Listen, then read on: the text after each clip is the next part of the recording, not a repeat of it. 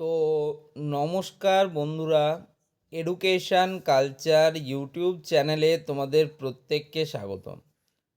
তোমরা যারা government of West Bengal technical education training and skill development department directorate of industrial training এর আন্ডারে 2026-27 শিক্ষাবর্ষে ওয়েস্ট বেঙ্গলের আইটিআই শিক্ষার সাথে যুক্ত হতে চাও, তো তোমরা অনেকেই আমাকে জিজ্ঞেস করছিলে যে দাদা সেকেন্ড ফেজের সিট অ্যালটমেন্ট রেজাল্ট তো আজ অর্থাৎ 7ই আগস্ট 2026-এ পাবলিশ হবে, তো তার জন্য এক্স্যাক্ট টাইম কি রয়েছে দাদা, অর্থাৎ কটার সময় আমাদের সেকেন্ড ফেজের সিট অ্যালটমেন্ট রেজাল্ট পাবলিশ হবে।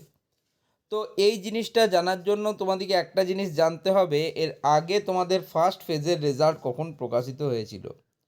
তো ওয়েস্ট বেঙ্গল আইটিআইয়ের যে ফার্স্ট ফেজের রেজাল্ট সেটা কিন্তু প্রকাশিত হয়েছিল 1 আগস্ট, 1 আগস্টে প্রকাশিত হয়েছিল এবং বিকেল তোমার ধরতে পারো 4টের দিক থেকে প্রায় প্রত্যেকে অফিসিয়াল ওয়েবসাইট যেটা রয়েছে আমাদের admissiontested.gov.in সেখানে কিন্তু নিজেদের যে রেজাল্ট সেটা কিন্তু চেক করতে পারছিল, ঠিক আছে, বিকেল 4টে থেকে।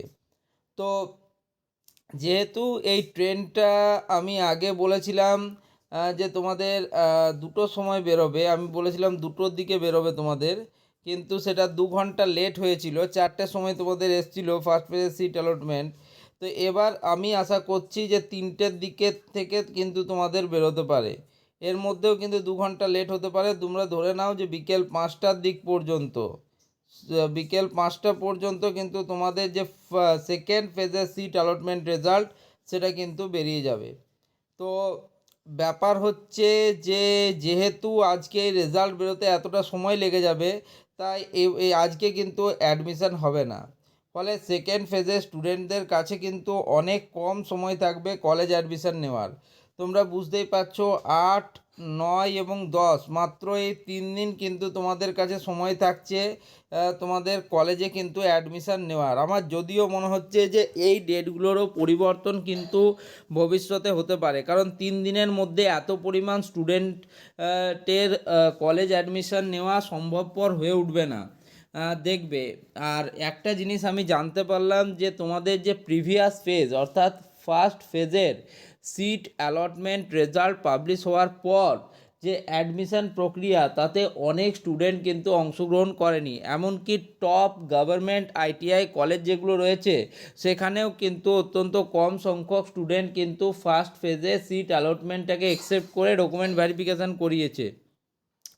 ফলে সেক্ষেত্রে একটা সুযোগ কিন্তু আছে সেকেন্ড ফেজ স্টুডেন্টদের জন্য, তাদের কিন্তু কলেজ পাওয়ার এই প্রবাবিলিটিটা আমি জানতে পারলাম কালকে। আমি অনেক স্টুডেন্টের সাথে রাতে কথাও বলেছি এবং তারা আমাকে কিন্তু এটাই জানিয়েছে, তাই এটা আমি তোমাদের সাথে শেয়ার করলাম। এবার সেকেন্ড ফেজে যে স্টুডেন্টরা কলেজ পাবে না তাদের দুঃখ পাওয়ার কিন্তু কিছু নেই। যাদের 20,000 বা তার বেশি র্যাঙ্ক আছে তাদের ক্ষেত্রে কলেজ পাওয়া সত্যিই কঠিন ব্যাপার সেকেন্ড ফেজে। তো সেক্ষেত্রে তোমরা চিন্তার করবে না, চিন্তার কোনো জায়গায় এখানে নেই, কারণ এর পরবর্তীকালে তোমরা জানো যে থার্ড ফেজেরও কিন্তু সিট অ্যালটমেন্ট আছে। এখনও পর্যন্ত রিভাইসড নোটিশ অনুযায়ী থার্ড ফেজের যে সিট অ্যালটমেন্ট রেজাল্ট সেটা কিন্তু বেরোবে 12ই আগস্ট 2026-এ, যদিও পরবর্তীকালে সেটা পরিবর্তন হতে পারে। তো সেই জন্যই আমি তোমাদের বলবো যে তোমরা কিন্তু যারা সেকেন্ড ফেজে সত্যি কলেজ পাবে না তাদের চিন্তার কিছু কারণ নেই, ঠিক সময়ে কিন্তু তোমরা পরবর্তী ফেজের যে সিট অ্যালটমেন্ট সেটা কিন্তু পেয়ে যাবে। থার্ড ফেজ আছে, স্পট কাউন্সিলিং আছে, ঠিক আছে। আর স্পট কাউন্সিলিং কি এবছর হবে? অবশ্যই হবে, দেখে নিও তোমরা। এটা কিন্তু আমার অঙ্গীকার যে এবছর কিন্তু স্পট কাউন্সিলিং হবেই হবে। আর স্পট কাউন্সিলিং কি, স্পট কাউন্সিলিংয়ে কীভাবে অংশগ্রহণ করতে হয় এই সব যদি জানতে হয় তাহলে স্পট কাউন্সিলিং রিলেটেড দেখো আমার কমপ্লিট ভিডিও রয়েছে, সেই স্পট কাউন্সিলিংয়ের ভিডিওগুলো দেখো, তাহলে কিন্তু তোমরা নিজেরাই বুঝতে পারবে যে হ্যাঁ স্পট কাউন্সিলিংয়ে অনেক স্টুডেন্ট প্রত্যেক বছর কিন্তু কলেজ পায়।